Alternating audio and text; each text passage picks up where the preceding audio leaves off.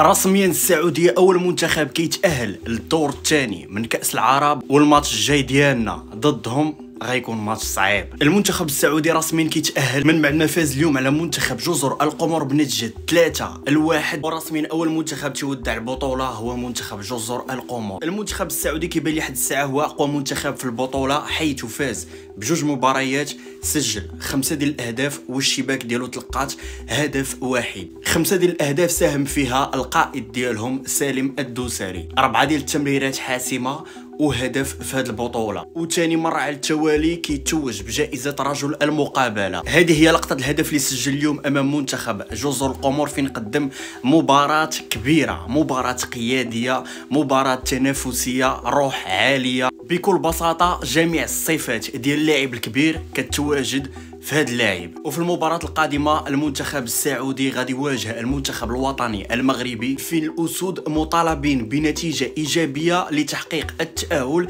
إلى دور ربع النهائي. في حال التعادل المنتخبين غادي يدوزوا بجوج بهم، ولكن إلا فاز المنتخب الوطني المغربي فغادي يكون هو المتصدر في هذه المجموعة. هذه بصراحة كتجيني أقوى مباراة حد الساعة في هذه البطولة، فين غادي تكون فرصة كبيرة لطارق السكيتيوي باش يختبر هذه التشكيلة اللي عنده ويعرف واش قادرين نوصلوا حتى لأبعد نقطة في البطولة، لأن بكل بساطة غادي نواجهوا أفضل منتخب حد الساعة في هذه البطولة اللي هو منتخب السعودية.